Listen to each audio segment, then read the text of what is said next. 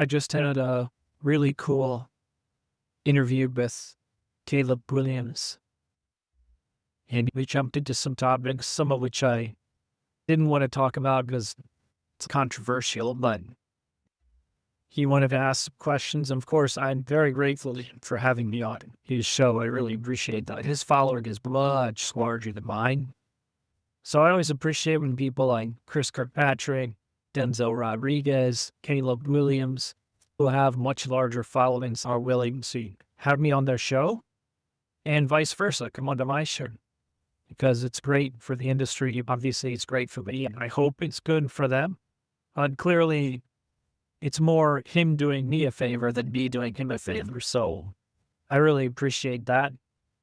And we had a good conversation. And one of the things we've been talking about, it was interesting, great minds think alike.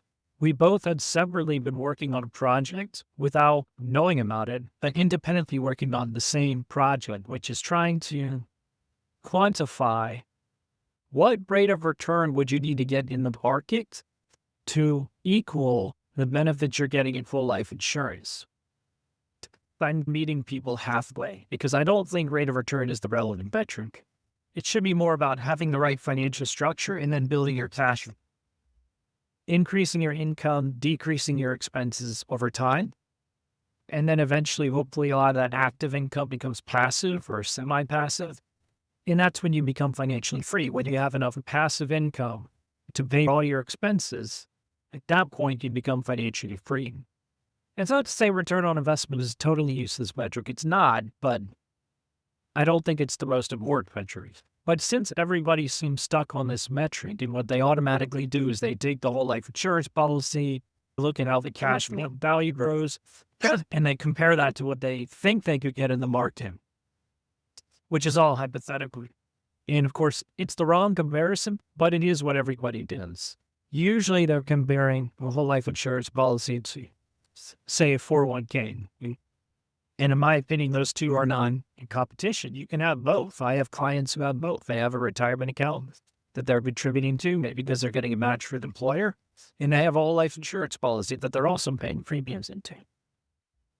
But it can be an instructive exercise to meet people where they are, take their own preconceived notions and show them how the end result of that exercise is something different from what they were thinking, because everybody automatically assumes you can get a higher rate of return in the market, which hypothetically you can, but then we have to account for all the other benefits you're getting in whole life insurance. We have to make adjustments. So one adjustment that everybody accepts, which is an obvious one, is in a whole life insurance policy, you get a death benefit, you get life insurance. So if you're going to compare that to investing in the market, you have to subtract some amount of money to buy a term policy with the same death benefit. So if the whole life insurance policy has $1 million death benefit, we're paying $25,000 a year into it, then we can't just compare it to investing $25,000 in the market. It would have to be $25,000 minus what $1 million term policy would cost, and then you can invest the remainder.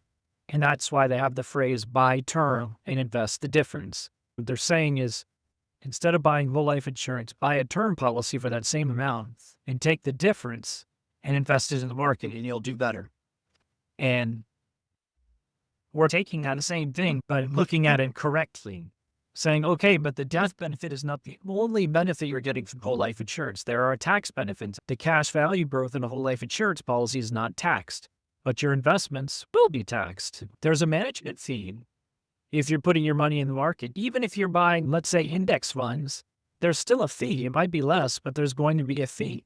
What about the long-term care protection? In whole life insurance, you can use that death benefit should you have a chronic or terminal illness. How do we account for that? What about creditor protection? The whole life insurance cash value and death benefit, depending on your state, has creditor protection. That's something that I think wealthier people really appreciate. People who don't have as many assets maybe don't appreciate that benefit as much. Whole life insurance is a private asset. There's not as much disclosure that's required around. Again, if you're a very wealthy person, that could be work. Wealthy people value their privacy. They want their assets to be private, not publicly available. And then you have the policy loan feature. Get whole life insurance. We can access the cash value on a guaranteed basis without interrupting any of the earnings of the policy. It's called a policy loan. It's a contractually guaranteed right. We don't have to go to any bank to get credit approved. And meanwhile, our policy keeps earning because we didn't withdraw anything policy. We simply borrowed against it. And there are no repayment terms at all on that policy. It's a phenomenal way. It's the best way that I'm aware of to access liquidity. With a market-based account, you cannot do that. You could, in theory, borrow against it, but the terms are going to be much harsher. You're going to have to get approved by some third-party lender, and there are going to be required repayments. Not to mention, you're now putting all of your market-based assets at risk, where if the market goes down while you have an outstanding loan, you could get a margin call, or you could just get liquidated without them even asking for permission. It's a much riskier proposition, the market-based side. There's also the psychological benefits of having whole life insurance, which the more I go in this industry, the more I appreciate the psychological benefits, the benefits of having the guarantees, the peace of mind to know that your cash value and the death benefit are always going up, to know that your family is protected should something happen to you, either death or chronic illness. That long-term care protection becomes more important as you age. Because as people enter retirement, one of the biggest gaps in their financial plans is they don't have a long-term care plan. And long-term care, should you have a need, which is fairly likely, the odds are 70% you're going to have some form of long-term care need in retirement. That can cost you six figures. I think the average claim is over $100,000, lasts about 2 years, something like that. Not to mention it could be significantly more if things are really bad. That's another peace of mind feature it gives you in retirement. The other challenge, too, is that term policy, if we're comparing it to my term and invested difference, that term policy expires. All the benefits we're talking about expire on the investment side of the equation, whereas the whole life policy does not expire. It stays in force for your whole life, and the death benefit grows. The cash value grows, which means the long-term care protection and everything else are also growing. That's important to keep in mind.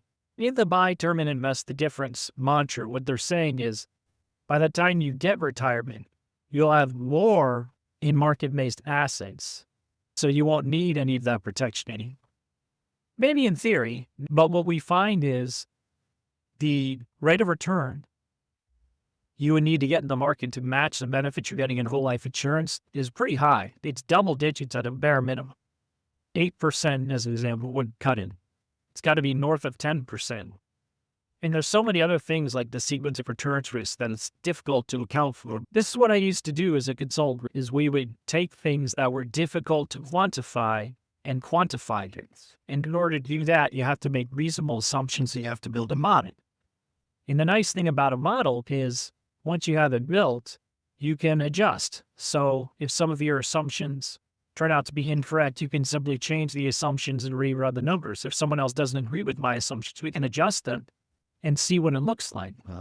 But invariably, no matter how aggressive you are on the market side and how conservative you are on the whole life side, as long as you're being reasonable, you're going to find that the whole life side is a lot more competitive than you might think.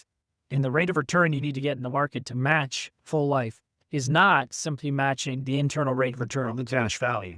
It's got to be significantly more than that. The internal rate of return on the cash value in a well-structured policy might be 4 to 5%. Let's say 4%. If you want to match that, first of all, a 4% is not taxed. So to get 4%, if it's being taxed, you probably have to get at least 5% on the market-based side. And then there's going to be fees. Let's say a 1% management fee on the market side. So now you've got to get 6% to match what you're getting. It's just the cash value. We're not even accounting for the other benefits. So taxes, fees. And what about that death benefit? You've got to subtract out the money you'd be paying for a term policy. And that has to be a certain kind of term, because in order to account for the long-term care benefits you're getting on the whole life side, it would have to be what we call a term plus living benefits policy, which, by the way, that's a new product, which is phenomenal. It's something that hasn't been there until recently. To give you some numbers, and in the scenario I was running, I actually ran a quote. I'm running real quotes, real insurance policies. These are all in a hypothetical 35-year-old male who's healthy. And the whole life policy we were looking at cost $25,000 and starts with a $1.5 million death benefit. And that death benefit rose to $3 million over the 30-year time frame, age 35 to 65. So roughly until retirement. To get a $3 million 30-year living benefits term policy would cost $2,760. You have to subtract that. So on the market-based side, you put in, $22,000, roughly a little over $22,000 instead of the full 25, because you got to pay for that term policy. Then you'd also have to pay for a liability policy to account for the creditor protection. That liability policy might run you another $1,000 a year. So you can only invest $21,000. So you have to get a higher rate of return to account for those costs. This is the exercise we're doing. It's interesting to me. I don't know if the general public will find it interesting, maybe more academic. I do think it will be eye-opening for a lot of people, especially people in the financial sector. Because if we're going to run numbers, we have to be disciplined with the numbers. And all of the art, all of the science is really in the assumptions behind the numbers, building the structure and the model correctly with the right assumptions. And once you do that, then running the numbers is a relatively straightforward exercise. And the challenge with numbers is usually people are running the wrong numbers, they're making the wrong assumptions, or drawing the wrong conclusions from them because the numbers do not speak for themselves. And which numbers do you think are important? That's a whole other question. The other case you can make for whole life insurance has nothing to do with investments. I want to bring this up because, again, I just want to reiterate, while we're comparing whole life insurance to, let's say, a retirement account, just because that's what everybody does. And I do think whole life insurance comes out looking a lot better than the credit firm. Still, even if you think the retirement account and the investments are better, that's fine. I would say, okay, back up a step. First, you're going to need life insurance. So I would say buy the right kind of convertible term life insurance policy. You can still buy term. That's fine. Just buy a competitive convertible term policy. And there are lots of reasons you would do that, even if you don't want it converted in. So we would do that in the differential cost is not very much. It costs slightly more than a standard non-convertible term policy or a term policy that's not convertible to the product. And then when you start investing, I would say, okay, great. Forget about the money you've earmarked for investment. Go ahead and do that. Invest it in a retirement account, in mutual funds, with your financial advisor or yourself, or in an index fund. Whatever you're planning to do, that's fine. Go ahead and do that. Now, how much money do you think you should have in cash? Because I think Dave Ramsey and the people who promote buy term and invest the difference would agree you need to have some kind of an emergency fund. I would say you should also have an opportunity fund. Safe, liquid, accessible capital that you can utilize if and when some great opportunity comes along. Smart investors do this. Warren Buffett carries more cash than anybody else. That would be then the candidate for what we would move into whole life insurance. Let's just say you want to have $25,000 emergency fund and a $25,000 opportunity fund. I'm totally making those numbers up. It could be whatever you want. So that's $50,000 that you're going to keep in cash in a savings account. All of us need some amount of cash, some amount of safe, liquid, accessible capital, and that needs to sit somewhere. You could put it in a savings account. That would be fine. But what if you put it into cash value life insurance? Because the best place to store cash is in cash value life insurance. You still get a competitive rate of return. 4% tax-free is pretty competitive with any savings account out there. It probably would beat any savings account out there. Not to mention all these other benefits you pick up. So you can save money on your term life insurance because now at least some of that death benefit will be accounted for in your whole life policy. So now maybe instead of $2 million of term, you only need $1.5 million because $500,000 of it is accounted for in your whole life policy, which is now growing, which is now legacy for when you die, which is long-term care protection. You have superior access to liquidity because of the policy loan feature we mentioned before. Unlike a savings account where when you withdraw money, you then don't have that money earning for you anymore. In your whole life policy, because of the policy loan feature, you can have your money continue to earn for you while you're using it. You don't interrupt that interest and dividend you're earning. So that would be the more no-brainer, simple use case for a whole life insurance policy that I think makes sense for the average person. Anyone who has cash available or cash flow available or a cash savings account that they're trying to grow, consider moving that into a well-designed whole life insurance policy. And if you want to keep investing, okay, it just comes down to position sizing. As I sometimes say, the answer to everything is position sizing. You can have money in a retirement account. That's totally fine. You can have money in investments. That's totally fine. But you're also going to have some money in cash, in savings. It's just a matter of how much. That's the only question. So someone who is not a true believer in the infinite banking concept, who's not trying to run all of their cash through specially designed cash value life insurance policies, you can still have a whole life insurance in your financial structure. It's just probably going to be a smaller amount. It'll be designed differently, and it'll be designed just to be a savings account on steroids for emergencies or opportunities whenever you see fit. When we compare whole life insurance to investments, we do that as an interesting exercise. We're not saying that whole life is competing with investments. So if you don't believe in the infinite banking concept, that's totally fine. Whole life insurance can find a place in your financial structure as just a place to store your safe, liquid, accessible capital. Most people store it in a savings account. That's perfectly fine. I just think that whole life insurance will give you all the benefits of a savings account plus more. The other place you should consider storing capital is in your house, in a home equity line of credit. We talk about HELOCs on my channel, especially first lien HELOCs.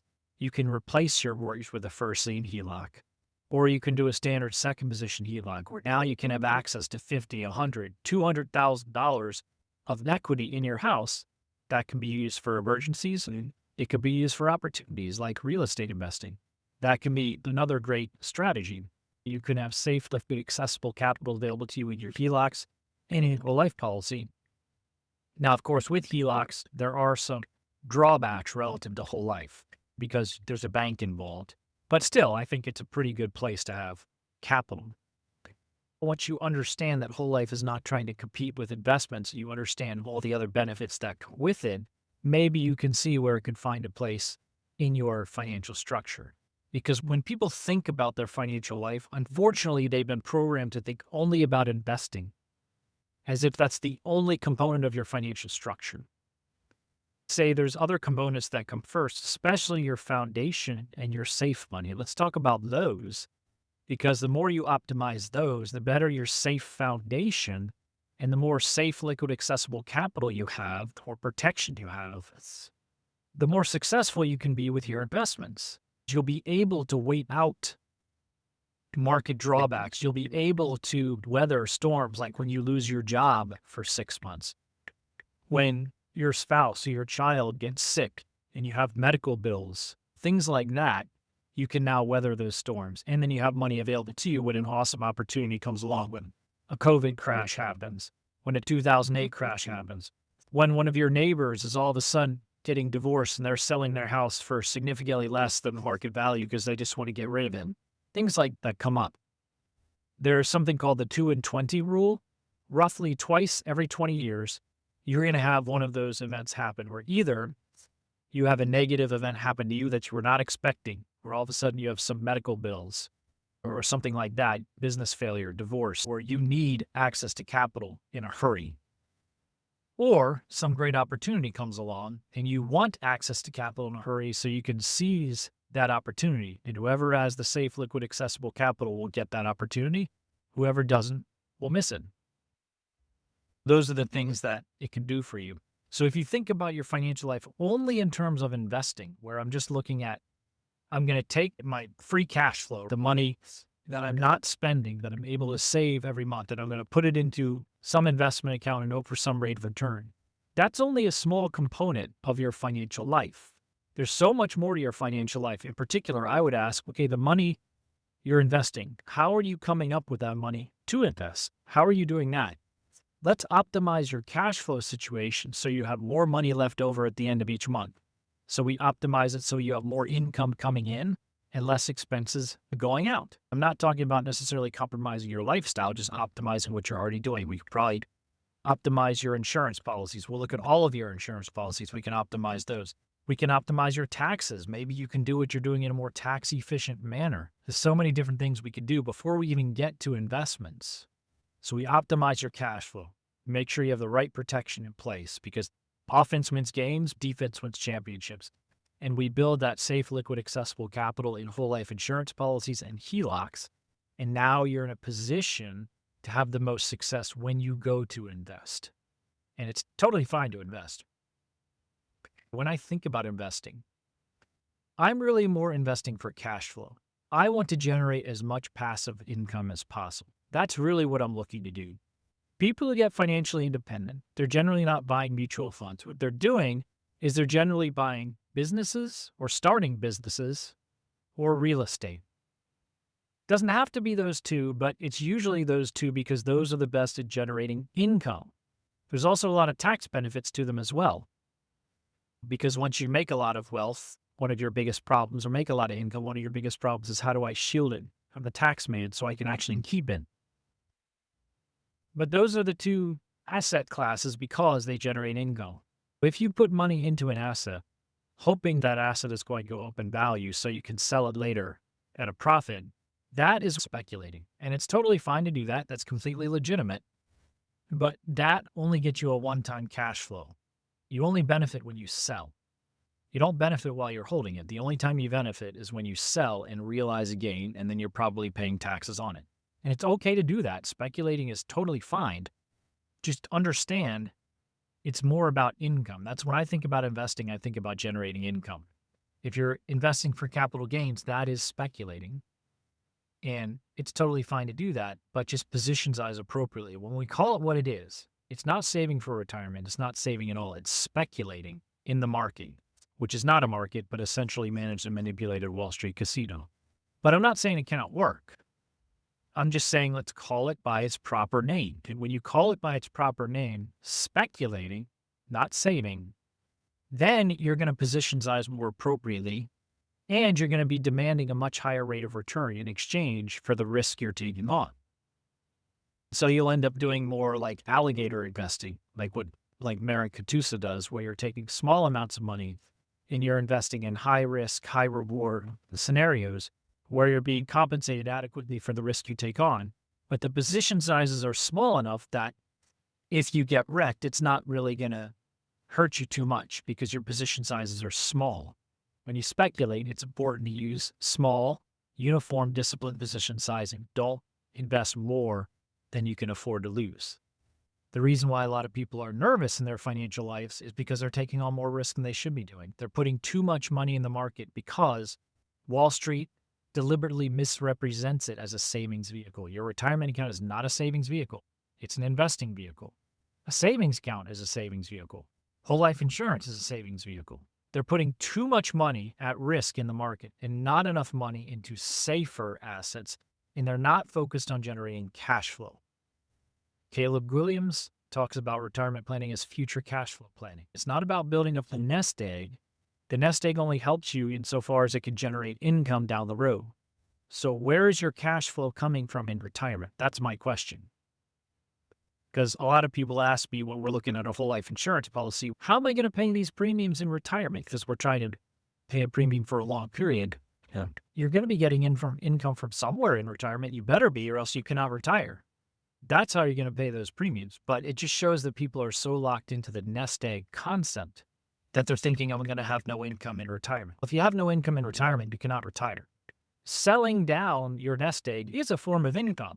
It's maybe not the best form of income generation, but that is income. So that's what you're going to be living off in retirement. It's all about cash flow.